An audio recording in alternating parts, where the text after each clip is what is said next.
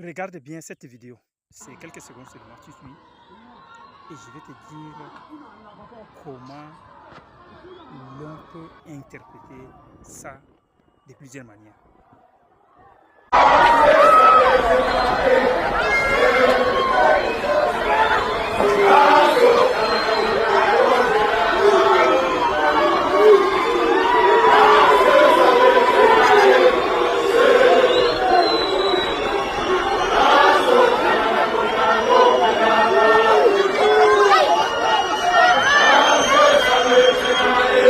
Voilà, ce sont, disons, les vidéos qui font l'actualité en ces derniers jours.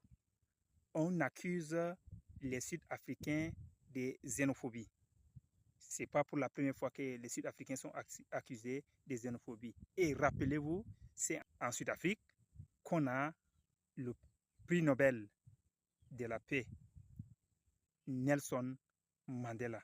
C'est lui qui incarne la paix en Afrique. Et voilà, c'est dans son pays que tous les restes des Africains subissent ce qu'on appelle la xénophobie aujourd'hui. Mais il y a deux façons de voir l'événement. La première façon, c'est de voir l'événement avec le cœur humain, compatir avec les victimes et essayer de juger les Sud-Africains par rapport à leur comportement. Est-ce que réellement ils ont un cœur humain en s'en prenant aux autres Africains? Mais il y a une deuxième façon de voir les choses. Ça, c'est réservé pour les entrepreneurs, pour ceux qui savent comment construire l'avenir.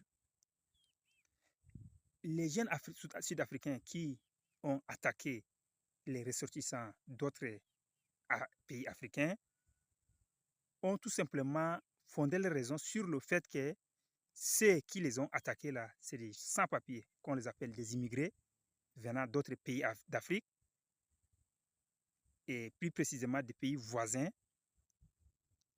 Tous les ressortissants qui sont là-bas en train de subir la xénophobie, c'est des pays qui ont aidé Sud-Afrique à s'en sortir de son apartheid. Donc, ils ont fondé les raisons sur le fait que ceux-là sont venus prendre tous les issues économiques, c'est-à-dire les commerces, les business, et que c'est eux qui sont à l'origine de leur chômage.